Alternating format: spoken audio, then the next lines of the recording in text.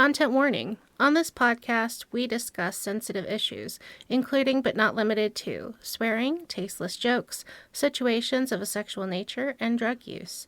This podcast is not intended for children.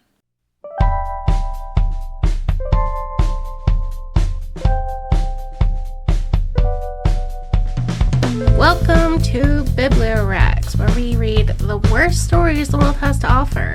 I'm Bugs. And I'm Bam Bam, and this is the 50th time we've done this. Well, that's not technically true. It's everything else is non-canon. We've done this exactly 50 times, no more, no less.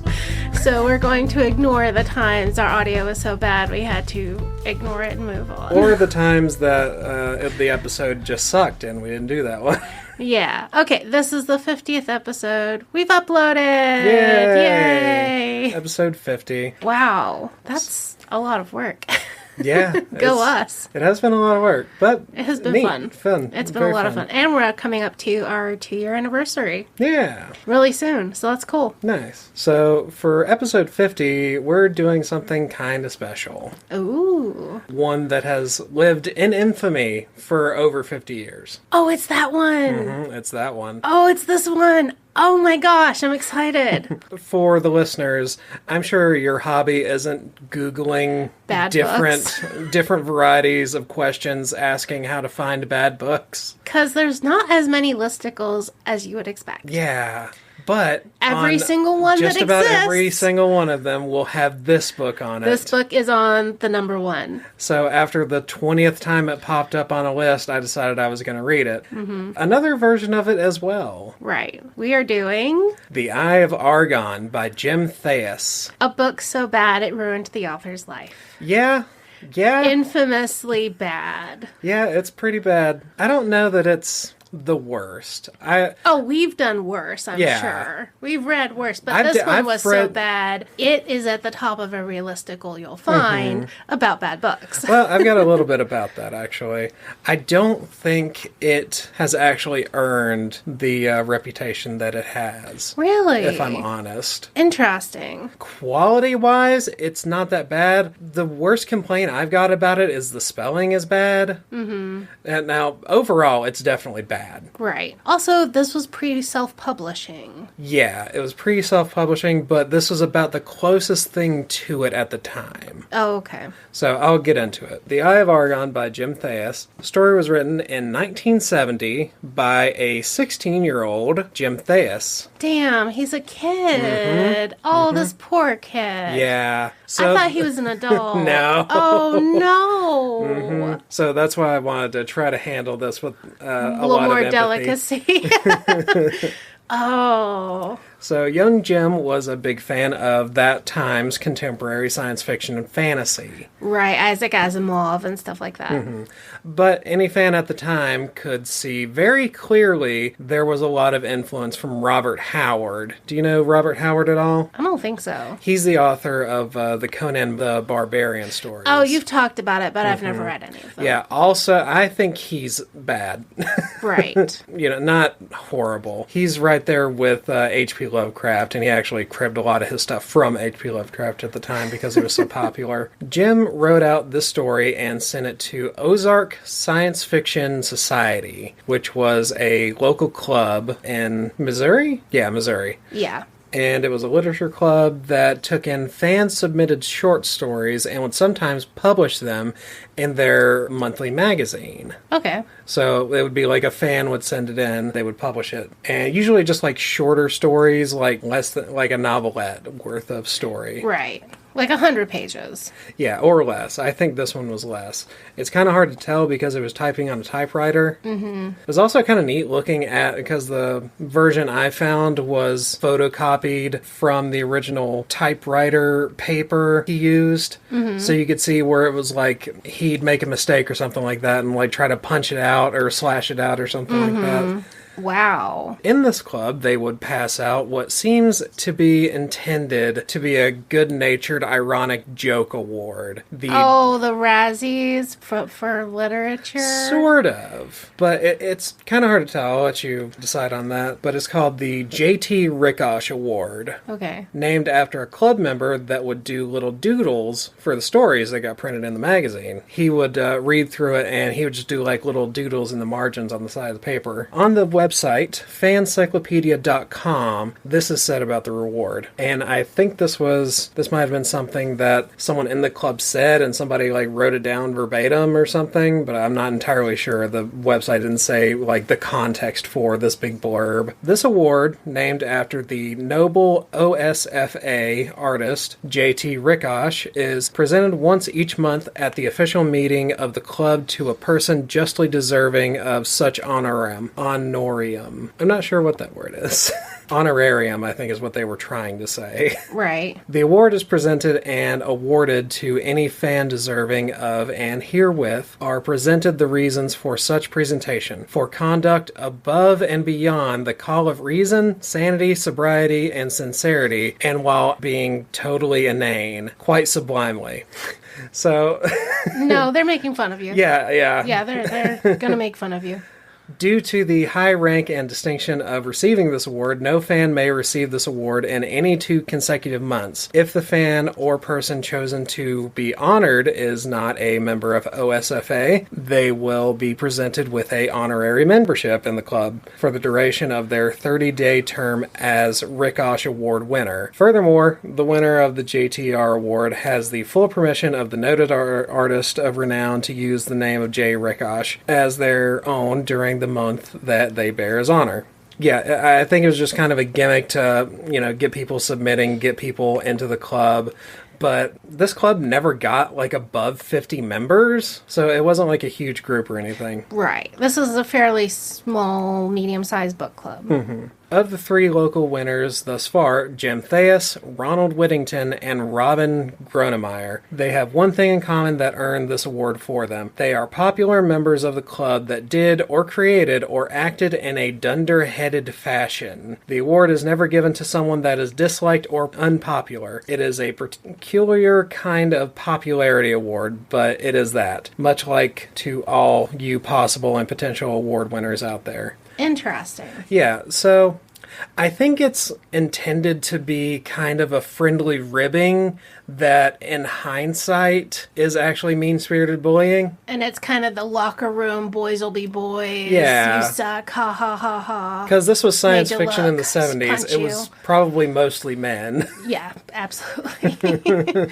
So it sounds like all the winners were too. Yeah. But Jim was in this club. He was a local kid. Okay. So he probably knew a lot of these guys, but still giving this kind of award to a kid, even if it's meant well, probably still hurt his feelings. Yeah. I imagine. Oh God, if I'd written something to a group when I was 16 and received that, I would have been devastated. Yeah. Well, usually what happens with that kind of thing is it happens and it only lives in your head rent-free for the rest of your life. Right. Unfortunately, for Jim, it would viralize and re-viralize every 10 years or so. Oh my God. I'll change my name and leave the country. Yeah. According to Theis's Wikipedia, the story traveled chain letter style to a horror novelist named Chelsea Yarbo, who started taking the story to parties and reading it aloud. This continued for decades, cycling back into popularity every 10 years or so until Theis's death in 2002. And still, to this day, people play the same game where they attempt to read lines from the story until they inevitably trip up on the misspelled words or ridiculous-sounding prose. Oh. The story is bad, of course, but yeah. Jim was a kid and got ridiculed for his entire life for it. God. And this was before social media. This was before TikTok. Yeah, this has stayed popular, relatively consistently for, 50 years. And we're still reading about it, and this was all before TikTok. This was before memes. He was one of the original memes. He's the original meme. This poor kid. Oh, and he died in 2002. Mm-hmm. He was young. And it's still getting brought up. I'm continuing We're that bringing it up trend. now. I'm the bad guy. Wow. Most of what people make fun of the story for is the very poor spelling. Other than like a couple of spots, I'll be skipping over most of that. Right. Because he was a kid who hadn't even finished high school. Yeah. And the school was in Missouri in the 70s. And he didn't have the internet to look up every word. Right. Who knows or if he anything had to access to a good encyclopedia. Mm-hmm. I want to go over this while at the same time I'm going over another book. In 2019, an author named Geoff Bottone did what I've thought about doing like 1,000 times since we started the podcast. He took this poorly written book with all its misogyny, poor descriptions, and plot holes, and fixed it. Right? Because we've been like, oh, if only you could do this and this and this and fix it. Yeah, like, you know when you can recognize there are good bones in something, and you just want to be like, I could do that better. Mm-hmm. So that's exactly what Geoff did. Wow. He remains true to the story throughout.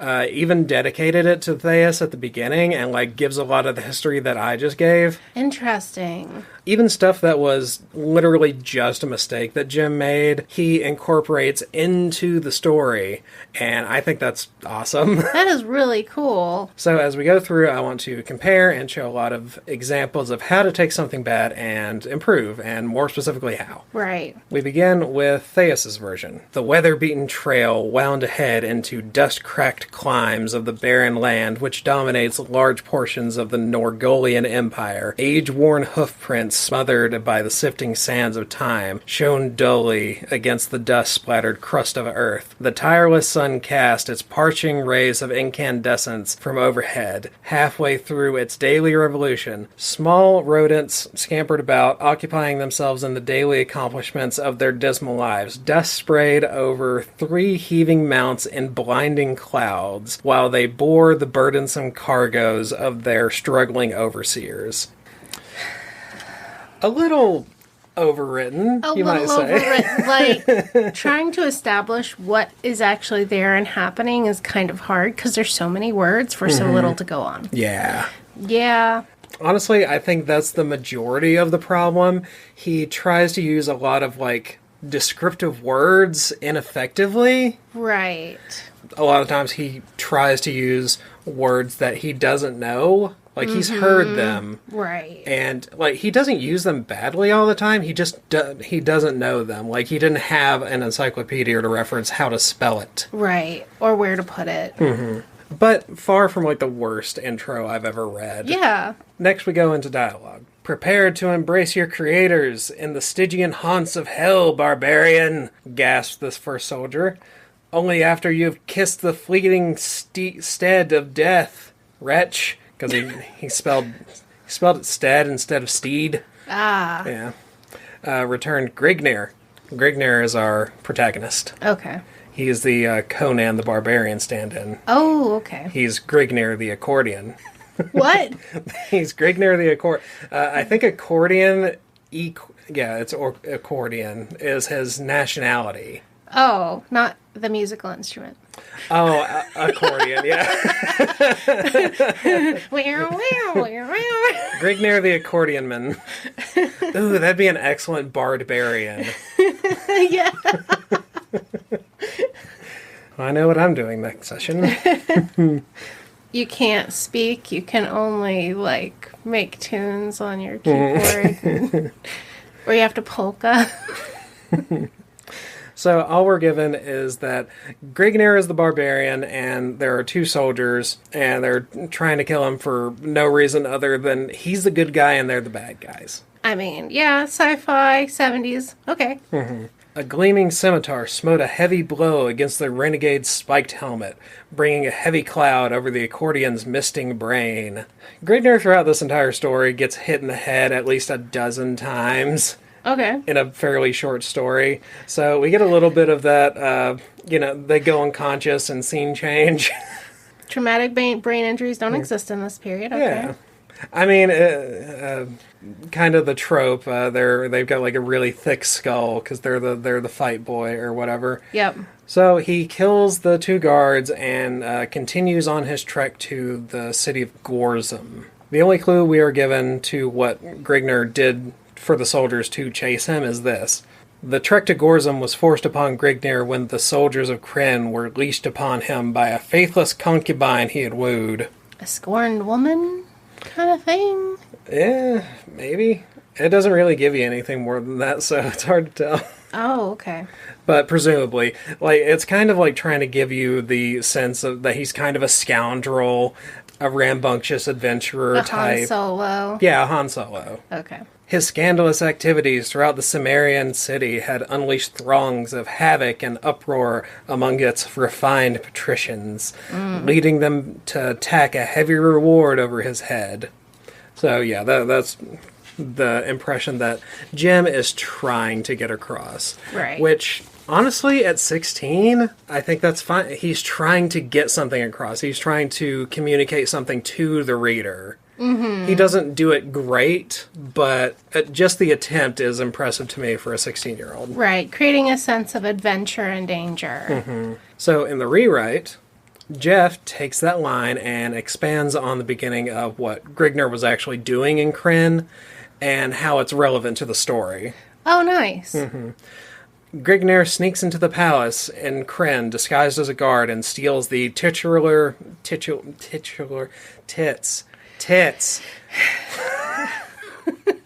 the titular Eye of Argon, renamed Argol.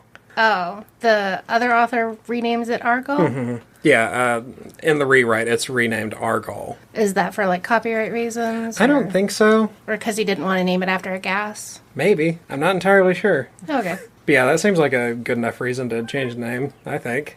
Do you remember the cover for this book, what it looked like?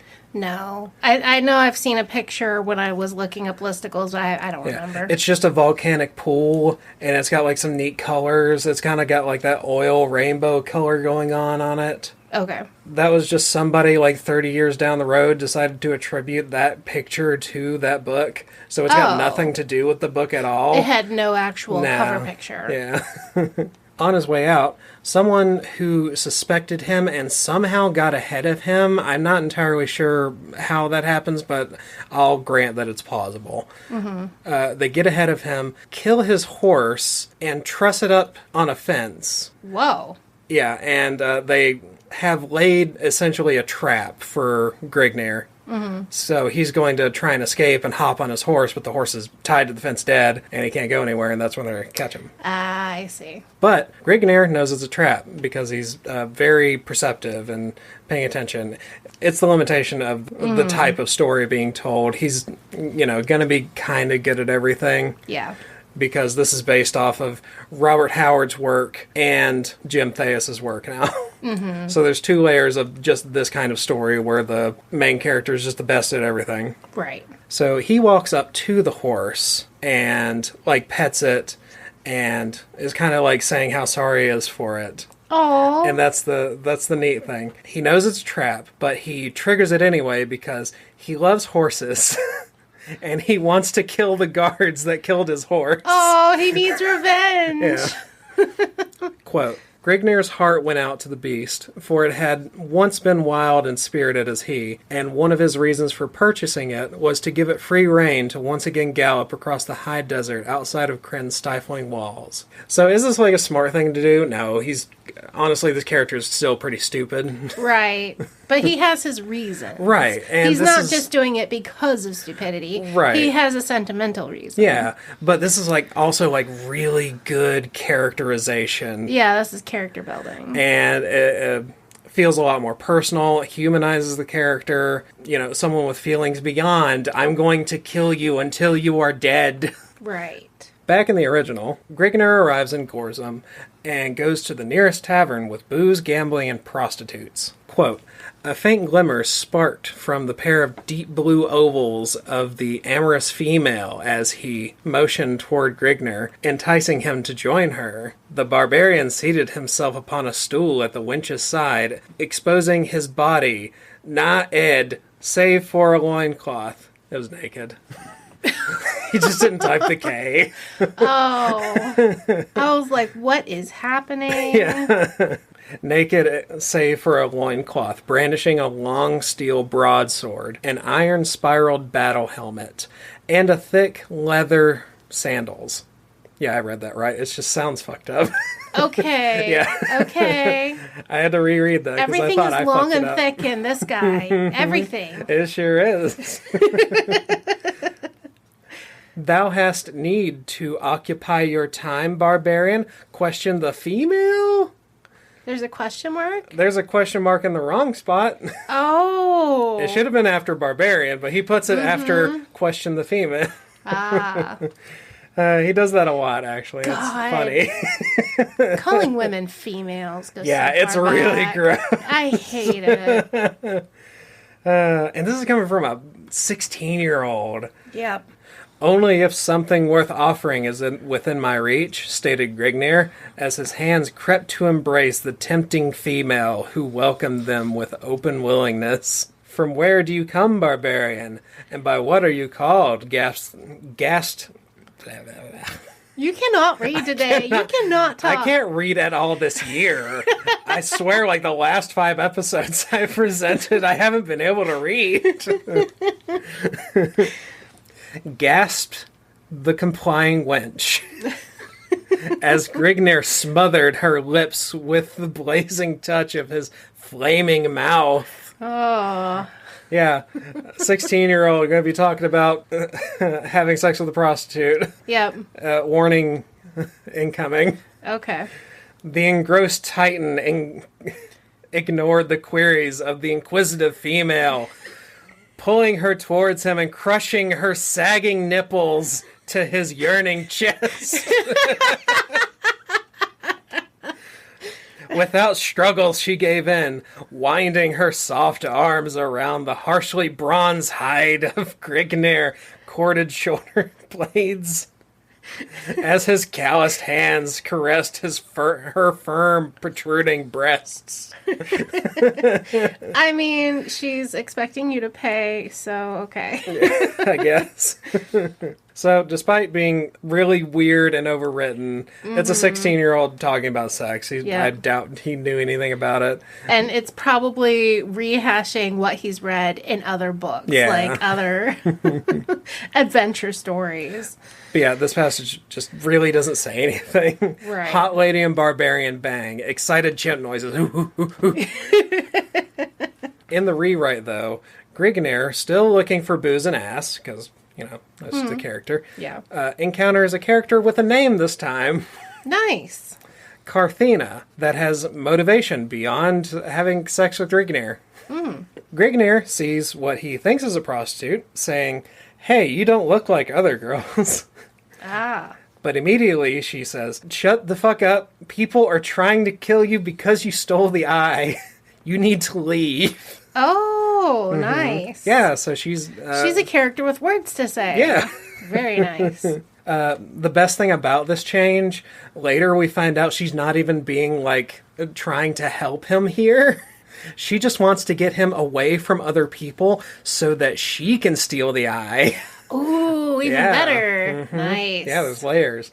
In both versions, though, Grignyr and Carthena are caught. We find out why Carthena is arrested in the rewrite, but there's never a reason she gets arrested in the original. Oh, okay. It's just being in the same area as him. Yeah, unless sleeping with Grignyr is a crime. I don't understand. Could be. Could be. I'm assuming the guards saw her and thought, we need a distressed damsel for the end of Act 2. Get her. Right. Grignyr is taken to the prince and his advisor, Agfund. Agfund. A-G-F-N-D. Agfund. Sometimes it's Agfand. Oh, like sometimes he spells it differently? Yeah. I don't know which one he's intended, but sometimes it's one, sometimes it's the other. Huh. Grignyr is taken to the prince and his advisor, Agfund's luxuriant castle with silk-covered walls and white ivory. The prince isn't named for, like, a while, until, like, 3/4 of the way through the story. Mm-hmm. But in another 2 paragraphs, he does get upgraded to king. Oh. So he just interchangeably changes it from prince to king. So it sounds like this kid sat down and wrote the story from scratch on the typewriter. Like, he didn't pencil out an outline. He didn't pencil out the story and then type it. This sounds like straight up sitting down and knocking it out in one go. And we're not doing it again. Yeah. We're doing it once. I kind of respect it, though, like that level of just confidence. Yeah. That was ultimately his downfall. Yeah, this poor kid. Yeah. Quote, "Down on your knees, lout. Pay proper homage to your sovereign," commanded the pudgy noble of Grignyr. "By the surly beard of Mrifk." What? M-R-I-F-K. Sometimes it's spelled with a Y instead of an I. M-R-I-F-K. Mrifk. Mrifk. Mrifk. Mrifk. In the rewrite, he just changes it to Merc. Better. Much better. Merc. Better. Sometimes he uses murific as like a slur, but sometimes he says it as if like it's a deity or something that he has. Uh-huh. So he just uses it interchangeably, and a lot of times it's spelled differently. Okay. "By the surly beard of Murph, Grignyr kneels to no man," scowled the massive barbarian. "You dare to deal this blasphemous act to me? You are indeed brave, stranger. Yet your valor smacks of foolishness. Ah. I find you to be the only fool, sitting upon your pompous throne, enhancing the rolling flabs of your belly in the midst of your elaborate luxury, and... ...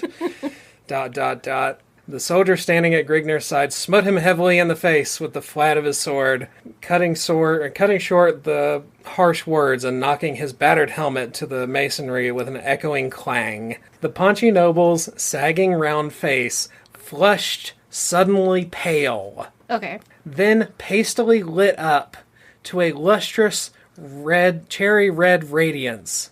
He went pale and then red. He went pale, and then he was flushed and pasty, but also cherry red. Okay.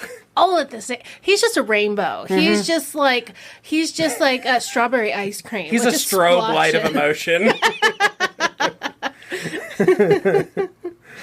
His lips trembled with malicious rage while emitting a muffled, sibilant gibberish. His sagging flabs rolled like a tub of upset jelly. Then compressed as he sucked in his gut in an attempt to conceal his softness. We get it. He's fat, okay? Yeah, because of course he's the bad. You gotta have the bad guy fat. How else would you know? Fat people are obviously They're just bad. always evil. They're always the bad guy. Like you're a Dursley in Harry Potter. Yep. Oh my goodness. So Agfund suggests to the prince that Grignyr should be sent to the underground vaults to die slowly in the darkness. The prince agrees, and as Grignyr is taken away, he struggles free. Agfund leaped Grignyr and his sire, but found a sword blade permeating the length of his ribs before he could loosed his weapon. Not loose, and loosed. Loosed. So Grignyr kills Agfund as they're getting ready to take him away. Oh. And then they hit Grignyr in the head, and he blacks out, and they take him to a pit. Yes, because you're still going to jail, dude. Yeah. So in the rewrite, at this point, this is where they take the Eye of Argon away. Mm-hmm. But in the original, there's no mention of an eye at all. Oh, he doesn't steal an eye of anything? Not yet. Oh. Yeah, in the original, the eye doesn't come up until over halfway past... and the rewrite is just establishing that this is a thing earlier in the story to make it make sense. Yeah, it's making the story more about the eye because the name of the story is Eye of Argon. Right. While effectively not really changing what the function of the eye is in the story. Mm-hmm. But even in the original version, one kind of gets the vague sense that Agfund is kind of, a little more in charge, and the prince is kind of just a petulant noble child or something. Mm-hmm. In the rewrite, it's given, a lot more texture. The prince lives in a kingly, dingy drug den, as opposed to, nice silk sheets and ivory everywhere. And he's being kept in a stupor by his advisor, Agfund. Oh. Years before, Prince Agfund was a powerhouse that drove out the cult of Argal from Gorzum. Years of Agfund using magic and drugs, he influences the prince for years until he's just a husk of a person. Kind of like Wormtongue. Kind of like Wormtongue. Okay. He's exactly Wormtongue. Okay, yeah. So this leaves the prince as a figurehead and Agfund as the sole power in Gorzum. And he regrows the cult from the inside. Oh, intrigue. Effectively, the events may remain the same throughout this little bit that we just went over, but just a lot more in the way of world building and characterizing of villains. So, a lot better. Cool. Back in the original, Grignyr is sent to rot in a pit, subsisting on the fetid mush the guards feed him while he loses sense of time. And boy, does he lose sense of time. Oh. Quote, all knowledge of measuring time had escaped Grignyr. When a person is deprived of the sun, moon, and stars, he loses all conception of time as he had previously understood it. It seemed as if years had passed, if time were being measured by terms of misery and mental anguish. Yet he estimated that his stay had only been a few days in length. He has slept 3 times and had been fed 5 times since his awakening in the crypt. However, when the actions of the body are restricted, its needs are also affected. The need for nourishment and slumber are directly proportional to the functions of the body has performed, meaning that when free and active, Grignyr may become hungry every 6 hours and witness the desire to sleep every 15 hours, whereas in his present condition he may encounter the need for food every 10 hours and the want for rest every 20 hours. All methods he had before depended on were extinct in this dismal pit. Hence, he may have been imprisoned for 10 minutes or 10 years. He did not know. You could have just said that! He hammers this over and over. Like, how many ways can you say he had lost track of time? He lost track of time. Like, that takes 3 words. Right. But, like, just the way this is described, this doesn't sound like a man stuck in a prison. This sounds like a moody teen being grounded in his room. Yep. When I can't run around and be active, I get hungry less. And I sleep less. And I sit here and molder in my misery. I hate you, Mom! You know who else hates their moms? This heat. Let's have an ad break and turn on the AC for 5 minutes. Hello, bad book-loving friends. Just updating our socials. We're on Blue Sky now at bugs-bibliowrecks.bsky.social. We have a Substack at Bugs and Books, and the profile name is Bugs at BiblioWrecks. And of course, our website, BiblioWrecks.com. Drop us a message and check out the content that Bugs works on. She's really good at the social stuff. And let's get back to that bad book.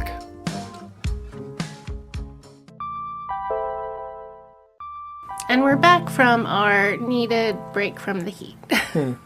So what do you think so far? I feel bad for this kid, but it's not as bad as I was expecting. No, it's really not. Like, I was expecting something more along the lines of haunted tales and rotten rhymes, where stuff was just not finished. Yeah. Or half written. Or we didn't even get a name of our protagonist. One thing Geoff goes over before his version of the story starts, he read the story initially, and like every couple of years he would think about it again and again and reread it. And eventually he got to the point where he was looking at it and recognized that there were like some good bones in the story. Mm-hmm. It just needed to be kind of fleshed out. Yeah, fleshed out, zhuzhed up a little bit. And I think that about a lot of stories that we read for the podcast, actually. I know, because I always try to be like, well, this part was good. Mm-hmm. This part could be good. Yeah. Give him a little bit of credit. Mm-hmm. So, Grignyr is losing sense of time in this pit. Wait, he's losing sense of... I didn't notice that. Oh, wow. Do you want me to tell you about it again? I couldn't tell. Oh. So then he hears a noise while he's down there. Crosses across the little rock-hewn chamber, and something bursts through the rock wall. Oh. Quote, Grignyr threw his hands up to shield his face and flung himself backwards upon his buttocks. Always funny. Can't help but that be funny. It's not even Jim's fault. A fuzzy form bounded to his hairy chest, burying its talons in his flesh, while gnashing toward his throat with its grinding white teeth, its sour, fetid breath scorching the squirming skirming barbarians' dilating nostrils. Because he didn't put a U in there. Ah, So it's supposed to be squirming, yeah. Skirming. Grignyr grappled with the lashing flexor muscles of the repugnant body of a gargantuan, brown-hided rat. Rodents of unusual sizes. Yeah. Yeah, I don't know how big this thing is other than that it's a gargantuan. And besides that, gargantuan is a relative description anyway. So Yeah. no idea how big this thing is. Big enough to tear him up. Yeah, big enough to do some other things, too. Striving to hold its razor teeth from his juicy jugular. He's a juicy, thick boy. As its beady gray organs of sight glazed into Okay, my guy. That gets worse. He Oh, does that some more, and it's bad. Into the flaring emeralds of its prey. Taking hold of the rodent around its lean, growling stomach with both hands, Grignyr pried it from his crimson-rent breast, removing small patches of flayed flesh from his chest in the motion between the squalid black claws of the starving beast. Holding the rodent at arm's length, he cupped his right hand over its frothing face, constricting his fingers into a vice-like fist over the quivering head. Retaining his grips on the rat, Grignyr flexed his outstretched arms while slowly twisting his right hand clockwise and his left hand counterclockwise motion. He wrung its neck. You can just say he wrung its neck. I'm not sure what he did. If one hand's going clockwise and the other's going counterclockwise, he's just wringing its neck. I guess. I think he might tear it in half. I think he actually tears it in half from the middle. I'm not sure. Okay. But it's just described so weirdly. Yes. The rodent let out a tortured squall, drawing scarlet as it violently dug its foam-flecked fangs into the barbarian's sweating palms, causing his face to contort to an ugly grimace as he cursed under his breath. He just picks up where the E and the A go. Mm-hmm. So it's breaketh. Breaketh. With a loud crack, the rodent's head... Oh, okay, he does tear off the head. Yeah, you're right. Rodent's head parted from its squirming torso, sending out a sprinkling shower of crimson gore and trailing a slimy string of disjointed vertebrae, snapped trachea, esophagus, and jugular, disjointed hyoid bone, morose, purpled, stretched hide, and blood-seared muscles. Okay. Very, very overwritten. Yeah. This could be described in a lot fewer words and it would be less awkward. Yeah. But this is the best described fight in the entire story. Right. And it was with a rat. Yeah. This is, as far as like energy of the story goes, this was the climax. So, as I said, I have no idea how big the rat was other than it being gargantuan. Yeah, if his hands were able to wring its neck, it was big, but not bigger than a dog. Yeah, like if he like took his hands like around its waist, I'm imagining like raccoon sized. Possibly. So big, but like medium-sized dog. yeah, maybe like at the most. I think. So I don't know, but it's big enough that Grignyr gets an idea. Later, I'm concerned. What do you think the idea is? Just that look on your face. I'm wondering now. I don't know. Use it to get a guard or something? Use it to attack a guard? Later it takes orders. Sorry, listeners. I got really tickled and you actually couldn't understand what I was saying for a little bit. The important thing is Grignyr is getting pulled up out of the pit by 2 guards at this point. As they pull him out, Grignyr kills both the guards with the sharpened pelvis of the rat. I was right! Yes! Yes. I actually imagine him holding its skull and going at him with its teeth. And using its little claws. But yeah, I guess kind of MacGyver-ish a little bit, but it seems silly to kill something with the pelvis. Like, if it's big enough, like, you'd take one of its fingers, or femurs, and, like, make a shank out of it or something. But the pelvis? Right. That's weird. That's really weird. I can't believe I guessed that correctly. That is so funny. Yeah, it's usually me that does that, but it's a good feeling, isn't it? Yeah. Grignyr wanders lost in the catacombs and makes his way to an abandoned storage room where he steps on a board and, thanks to his keen auditory organs... Wait, ears? Yeah, fucking ears. He wrote keen auditory organs when he meant ears. Okay. Yeah, that's a choice, buddy.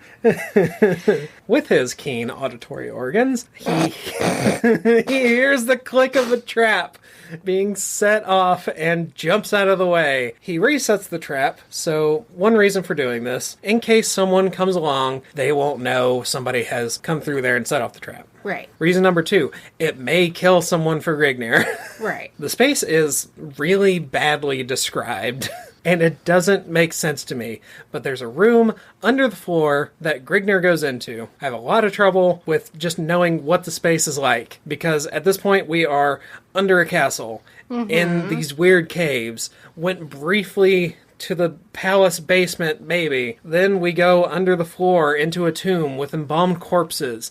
And we go through the floor, the bottom of a sarcophagus, in order to go to another room. So this space is fucking nonsense. Right. It's the catacombs. The catacombs with the embalmed corpses. Grignyr hears the cries of a woman being tortured by cult priests. The woman from the tavern, for no real reason other than to be the damsel in distress, is imprisoned here and being molested by evil priests.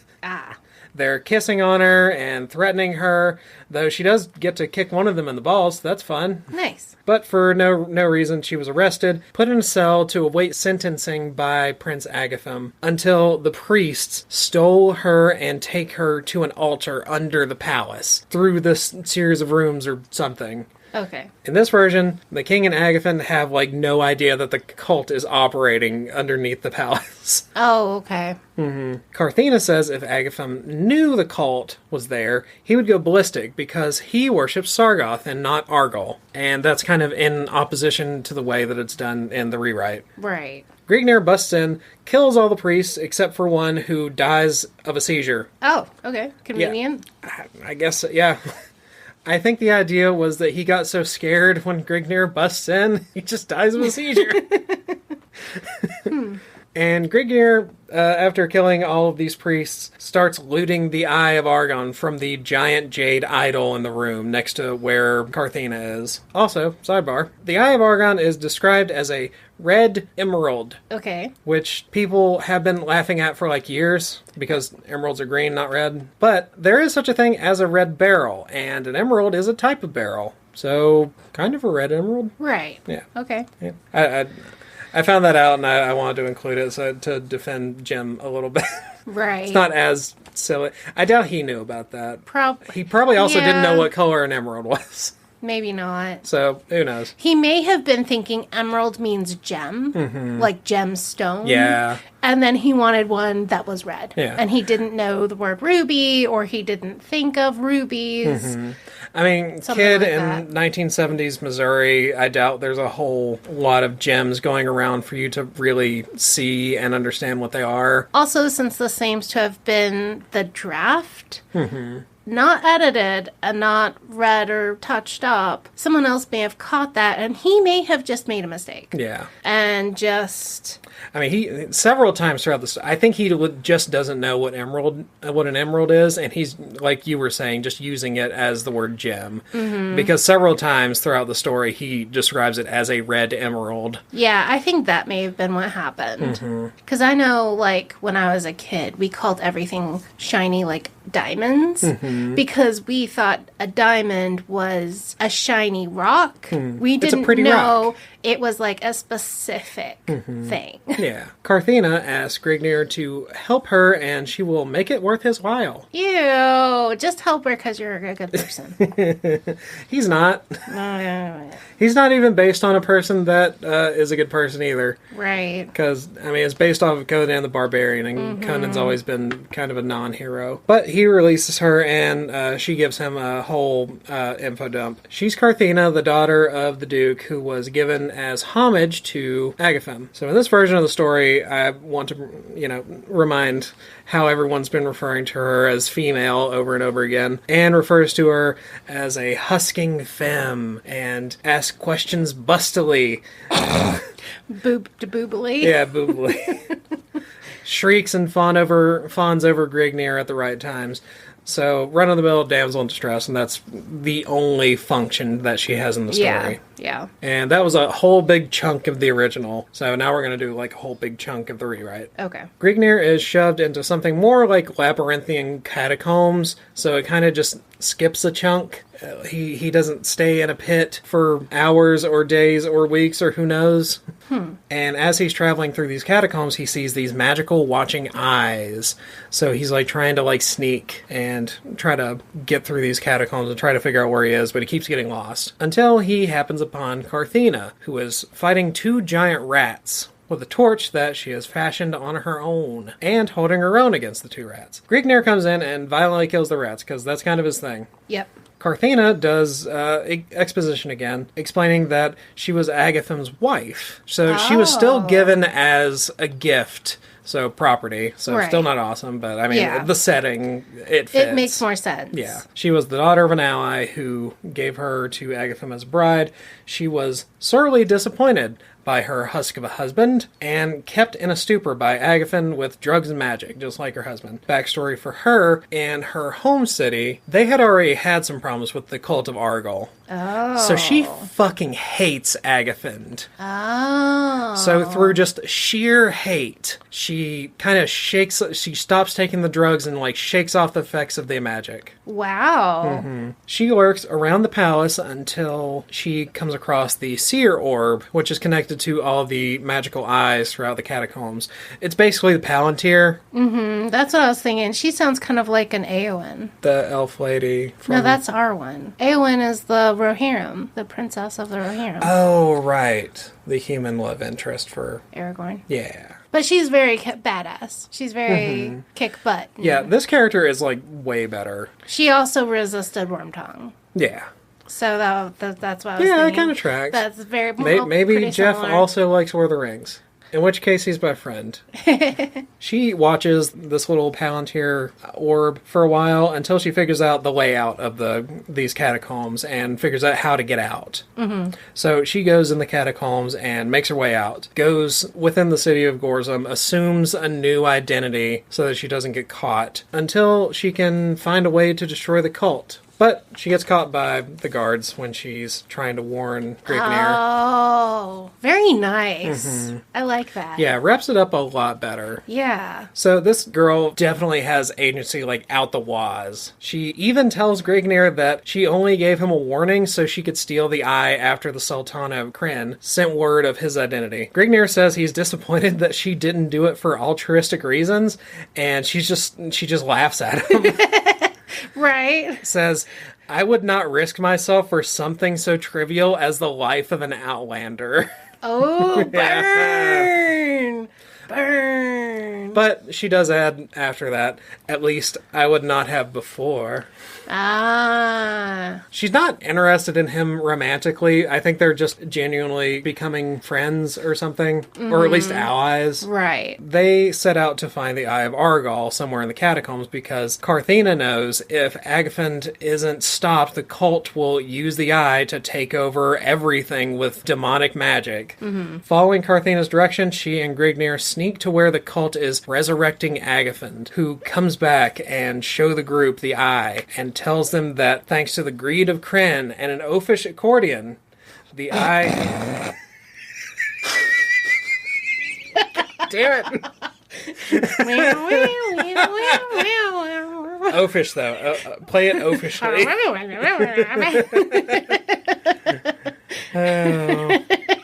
thanks to the greed of Kryn and an oafish Ecordian, the eye has returned to them, and their great god would slumber no longer. Grignyr, being Grignyr, starts slashing at cultists with an axe, kills a few of them, and is ultimately subdued by the cultists. Brought to Agathend, who villain monologues at him, "Aha, you're such an idiot, and I'm going to bring my god back now, and you're going to be sacrificed to him." Yep. So he places the Eye of Argon into the statue, which then comes to life. The creature is very Lovecraftian. A lot of the creatures in Lovecraft were like really loosely described, like you'd get a couple of features that a lot of times would just kind of not make any sense together. But on this thing specifically, it is described kind of like a leech, a ring of quill-like teeth and tentacles. Grignyr is grabbed by the thing's tentacles to be consumed as a sacrifice. Grignyr is sort of hypnotized as Argal crushes and breaks his ribs. Ooh. He blacks out as this creature is about to eat him. Carthena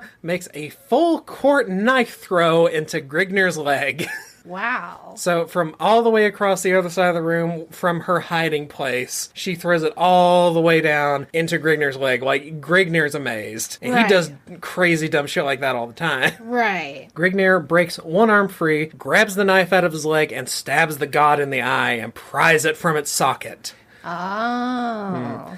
The eye goes flying across the room and shatters on the ground. Wow. Argal screams and turns back into stone. The cult freaks the fuck out. Yeah. Flees, and even including Agathon, he runs away. Carthena comes from a hiding spot and helps Grignyr up, and they start making their way out of the catacombs. Grignyr says, "You are brave, my lady," and she says, "You are a fool, Outlander."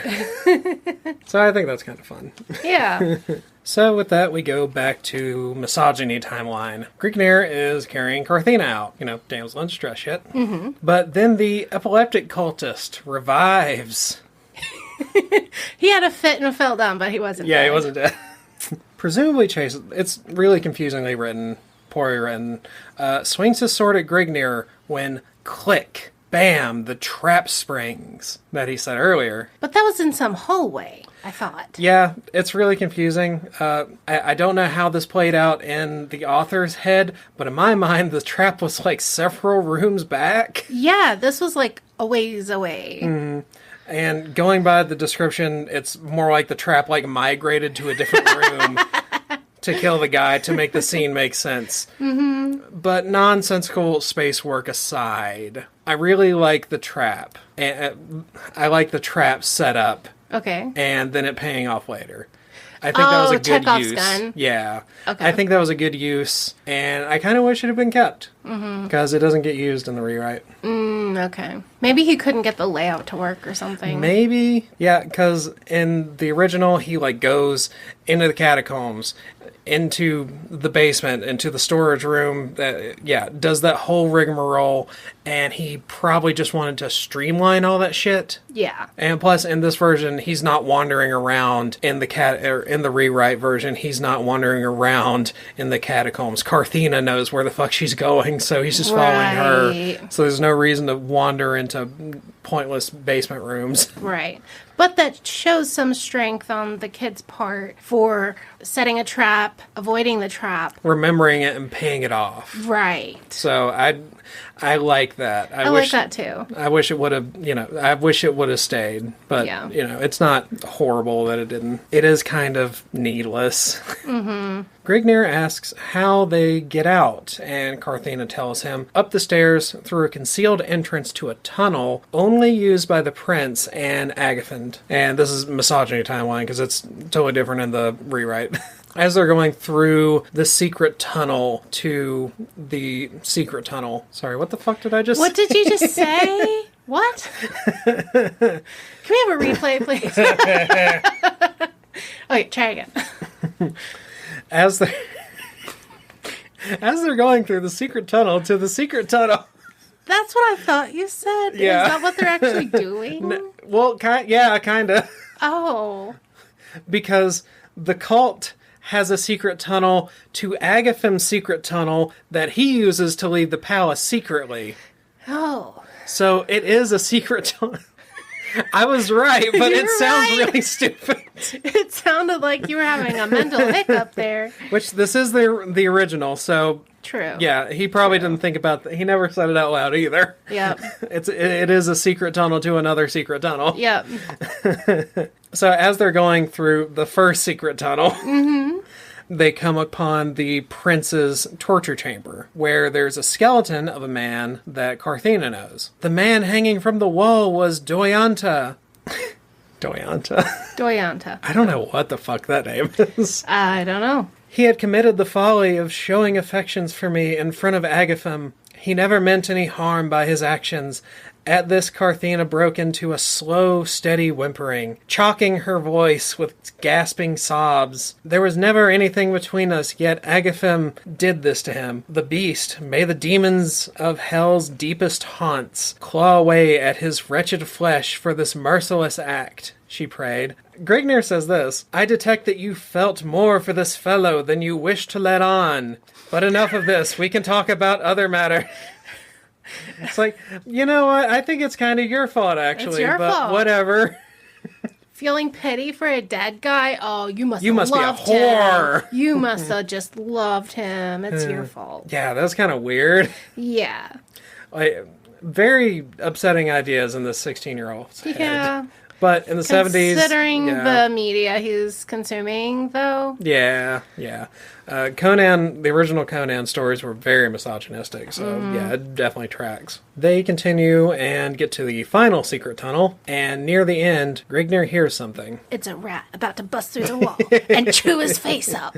And then he's going to use its little tiny claws to dig the way out. Yeah. Yeah, right here at the end, he turns the misogyny up a couple of clicks. Oh, wow. Be silent. I can hear footfalls approaching through the tunnel, growled Grignyr in a hushed tone.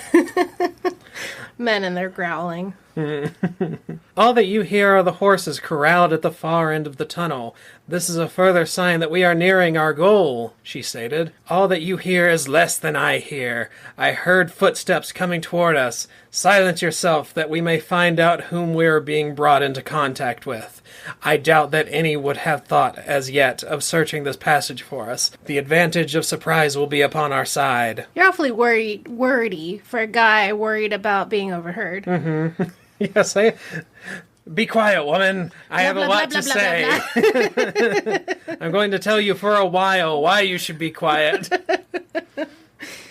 Carthena cast her eyes downward and ceased any further pursuits towards conversation, an irritating habit in which she had gained an amazing proficiency. Damn women talk too much. Yeah. You dumb bitch, you're fucking up the story. All you gotta do is sit there and look pretty. Why are you talking? Yeah, I think that was like the most misogynistic thing that the story says, because it doesn't really say much else about her. So yeah, what a dick. Yeah. So the people he's hearing down the tunnel with his keen auditory organs are Agatham and Agathand. God, these names. Yeah. Oh my god. And they are having this conversation. That barbarian dog is cringing beneath the weight of the lash at this very moment, sire. He shall cause no more disturbance. Aye, and so it is, with any who dare cross the path of Sargon's chosen one, said the second man. But the peasants are showing signs of growing unrest. They complain that they cannot feed their families while burdened with your taxes. I shall teach those sluts the meaning of humility. Order an immediate increase upon their taxes. They dare to question my sovereign authority. Ha-ah! They shall soon learn what true oppression can be. I will. Grignyr jumps out from a promontory, whatever the fuck that is. Okay. And he attacks them. Uh-huh. But one sidebar. I'm confused as to how the word slut has been used throughout time. Because I think in a very small section of America, I think the word slut was used in the same way as like the word bitch or dog. Like you call someone a dog the same or in the same way as these guys are using the word slut. Because I've in a very few couple of obscure writings, I've heard people calling dogs sluts like that. Interesting, because in my head, it only has, like, a sexual looseness connotation. Yeah. Like, it has to do with you sleep around. Right. And every definition I've found, I can't find any connection to it being used for dogs or anything like that in, like, a dictionary or an encyclopedia or anything like that. But maybe, like, colloquially, Yeah, like, people use it this way. Colloquially, in America, in very specific times, it was used that way, and it's really weird when it pops up. Yeah, because I was like, what are you saying? Why would you call your, subjects sluts? Yeah. Because that's weird. Yeah, I think he's using it the same way as, like dogs. Those dogs or those bitches. Interesting. So he jumps out from the promontory, Grignyr does. Still don't know what a promontory is. I assume it's like some outcropping in the tunnel or something like that he was hiding like behind. a piece of rock is sticking out. Yeah. For someone who has such bad spelling in this book, he uses words that I doubt I would have known, like, this caliber of word throughout when I was, like, 16. Like, promontory. And there were, like, several other times I was like, what the fuck even is that word? And I would look it up and it would actually be a word. Sometimes it would be not a word or a badly misspelled word. Right. But he's got some level of vocabulary going into He's this. obviously read a lot. He just doesn't know what it meant all the time. Which I had that problem. As a homeschool kid, I read so much, but didn't actually understand. Yeah, because when you're, like, reading above your grade level, you'll come across these words and you'll be like, I kind of have the idea of what this thing is supposed to be, just going by context. Yeah. Yeah, I'm sure he did that to some degree. So Grignyr jumps out, he kills Agathon again, doesn't even stop to think that he's dead again, or has killed him twice now. Right. So I'm pretty sure at this point the author just totally forgot he had killed him already and just brought him back, because he doesn't even give, like, a second thought to, Agathon being alive again. Okay. So the prince pulls a knife, Grignyr cuts off his hand, Carthena burns his face with a torch, and then he dies. Oh, very nice. Yeah, very anticlimactic. Way less intense than the rat fight. Yep. They make it outside, and Grignyr pulls out the eye and says, "We shall do well with Bobble, eh?" And then the eye transforms into goo with a leech-like maw. Oh. So you can kind of see where Geoff got the idea for the rewrite with a leech-like maw. So he's got, like, the circle of teeth or whatever. Right. Grignyr hits it with his axe, which just goes right through because this thing is goo.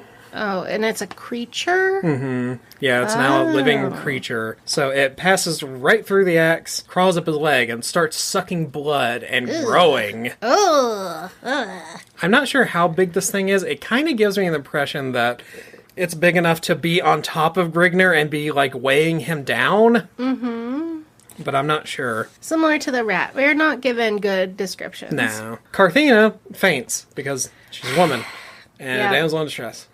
Yep. Grignyr is about to pass out from blood loss under the creature. He has a good reason to faint. Yeah. He's got a man. You can't pass out as a man unless you're bleeding to death. Unless you're halfway dead. Yeah.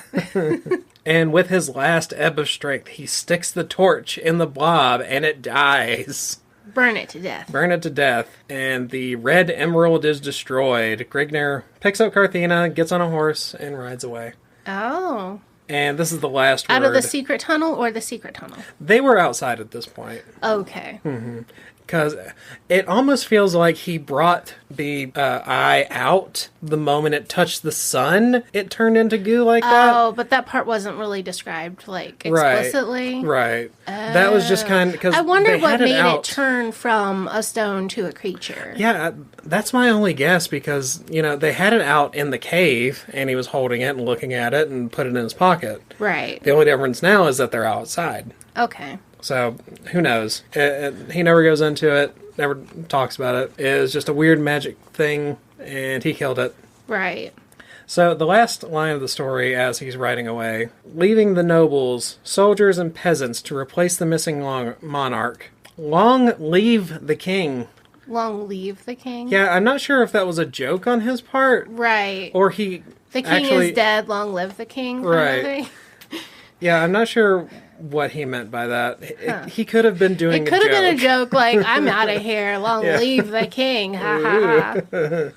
So, yeah.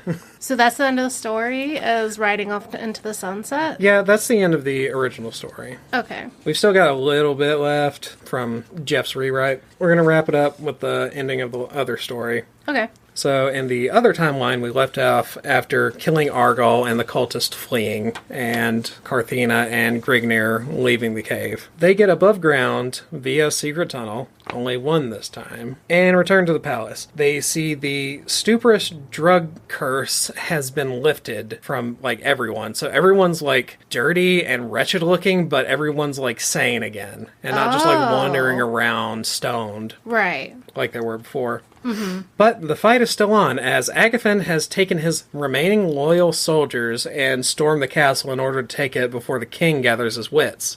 So, yeah, this is very quick thinking on Agathon's part. He sees that, oh, my god isn't around anymore, but if I act really quickly, I can go and take the palace and kill everyone so I can have the city. Right. Grignyr storms in, viciously killing cultists. He throws his axe, trying to kill a guard, but misses and nails Agathon to the throne, killing him again. Again. Yeah. Yep. But he meant to this time. This guy dies like a million times. Yeah. This is like the 8th time he's died in the story. Grignyr says, "Your god is dead. Your master is dead. You are finished. On your knees, worms." And they do. Everyone gets on their knees. Oh. So Agathon is back to his old self, and he's not a douchey, drug-addled asshole now. Mm-hmm. And formally introduces himself to his wife. Oh. They resettle the long-abused city. Grignyr and Agathon recover, wrestling and doing man things. Mm-hmm. You know, oiled up and, you know, straight. Very straight. Very straight. Carthena and Agathon have an actual wedding. I really like the whole change for Carthena. Her entire motivation was to save her husband, never once wanting to fuck Grignyr. Yes, I like that too. Yeah. Grignyr receives 3 horses and equipment from Agathon. Then Grignyr gives 2 of those horses back to them as wedding gifts. I don't know if Grignyr knows how gifts work. Well, I mean, that does sound reasonable. Yeah. Because he doesn't have other stuff to give them. Yeah. Still sounds a little silly, though. But whatever. And he only has one butt to put on one horse. Yeah. Buttocks. Forgive me. One buttocks for a horse. But Grignyr is getting bored of living in civilized city. Because he's a barbarian. And they can't live in cities. They'll die. They'll get bored. It's like a goldfish. And no, that's a bad example. Goldfish do live in very small pools. Unfortunately. Yeah.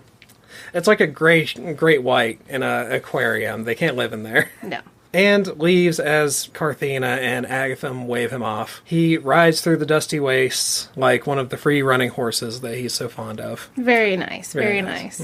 I can't really say I like the original at all. Like, even if Jim had written it exactly as he intended, it would just be like another misogynistic Robert Howard story, which were also kind of lame bro fantasies. Yep. But it had some good bones in there that were well showcased by Geoff in the rewrite, I think. Yeah, I agree. He picked out the good bits of it. And stayed true to the original, kept some interesting bits in. Yeah. So anyone who had read the original would be able to appreciate them in the rewrite. So I think it was really cool. And on a positive note, for anyone that might think Jim Theis' life was a literal living hell until he died, he wasn't, like, ruined by any means. Yeah. The plus side of there not being any internet is people weren't in his inbox. Yeah, that's true. Bullying him. And it wouldn't necessarily affect his reputation, like in his hometown, if people 3 states away were making fun of him at a dinner party. Right. You know, like, the reach of that is so much broader now. And I think it probably would not have been quite... Yeah. He did get a lot of mail, though, I think. Despite that, I'm sure it sucked, but, you know, as far from what it is now. He went on to get a degree in journalism and worked as a journalist for most of his life. Wow, that's cool. Yeah. Had a wife, 2 kids. I'm sure literal years of mockery sucked. But he does seem to have lived a life outside of it, so I think that's good. Yeah, he I was didn't glad to turn find that into a out. basement-dwelling recluse who, never came out in the light of day. Yeah. Or have to go into hiding like the Hawktua girl. Yeah, whatever happened to her? I haven't heard anything. She did I heard about the some Hawktua scam. coin and then Yeah, ran away. that coin was like some scam, and now she's like ran away because people found out I don't know if she was just naive and didn't realize that meme coins are a scam. Yeah. The whole Hawktua thing damaged her reputation in some ways. Yeah. So, but that kind of virality, like me who spends no time on TikTok, little time on Facebook or Instagram, still knew who she was. Well, pride cometh before the Tua. So we've made it a point not to rate children on the podcast, even if they were children 50 years ago and are dead. Yeah. This story is like a snapshot of someone at that point in their life. Also, the fact that it wasn't edited, he's been bullied into oblivion, I would have I could see this absolutely being in a better version, an edited version being in Isaac Asimov's magazine, the science fiction magazine. Yeah. This should have been handled by an empathetic adult, not a bunch of Yes. dudes at a science fiction literature club. This should have been given to a teacher that would be able to point out the good things as well as the bad things. An English teacher with a kind heart could have helped him build it into something a lot better. Someone to build them up instead of, break them down. Yeah. Like people tend to do. Yeah. So I think for his age, for the time, a decent effort. I would say go back, rework this, try again. Yeah. I really liked the second version that the other guy did. Yeah, it was really handled with a lot of grace, fixed a broken story, handled with a lot of grace and empathy, and I really liked it. I give it a B. Yeah. Yeah. The intention was not to stray from the original story too much, so I feel like that was kind of a limitation. So I'm sure this author can do better, Right. but this was also really good. Yeah. Very interesting. Yeah. And yeah, you've talked a lot about how could this actually be rewritten to be good? So that was very, very interesting to find the really bad original and then the rewrite by somebody else. Yeah, I like that. I like this little project. 50 episodes. 50 episodes. 50 bad books. Did have good books at Christmas. Yeah, But yeah, it's been really fun. I enjoy doing the podcast. Here's to 50 more. Here's to 50 more. Yeah. Got 2 years. That'll be 2 years. Then we'll be at 100. Someday, when we have more time, maybe we can make it weekly. Yeah, and if I can get my ADHD under control and I can sit down and read for 4 hours at a time like I used to. Yeah. When I get out of school, because I'm graduating in December, I'll have seasonal busy seasons, but I'll have so much more time. Yeah. So I'm really hoping that maybe in the next year or so, I'll be able to devote more time reading books and podcasting and doing all that. Thank you for being on this journey with us. Email us if you have suggestions at BiblioWrecks@gmail.com, BiblioWrecks@gmail. Follow us on Blue Sky at bugs-BiblioWrecks, something like that. I don't even know. I think it's bugs at if you BiblioWrecks. go on Blue Sky and look up BiblioWrecks, you'll find me. Yeah. And I just share updates on there and different stuff. If you have suggestions, let us know. Let us know what your thoughts. Did you like it? Did you hate it? Are you gonna... Do you think we suck at podcasting? Do you think we're doing a bad job or doing a good job? We need affirmation Or because we're feedback. insecure people. Well, I really hope that we are better than we were 2 years ago. Yeah. I know our sound quality is better. I know our planning is better. Yeah. And we don't spend 6 or 7 hours on a single book anymore. Me, specifically. Yeah. I spend 2.5 hours on a book now. Which is growth. But don't kill somebody with a sharpened rat pelvis don't stab someone in the eye with a sharpened rat pelvis. It's way too cool for you to do. I can't believe I guessed that's what it is I'm gonna do. I'm gonna ride that high all day. Yeah. Glad to give you that. Well, bye. Don't tell women to be quiet. That's the lesson we need to learn here. Yeah. Just stab them with a rat pelvis. There you go. There you go. All right, we'll catch you next time. Bye. Bye.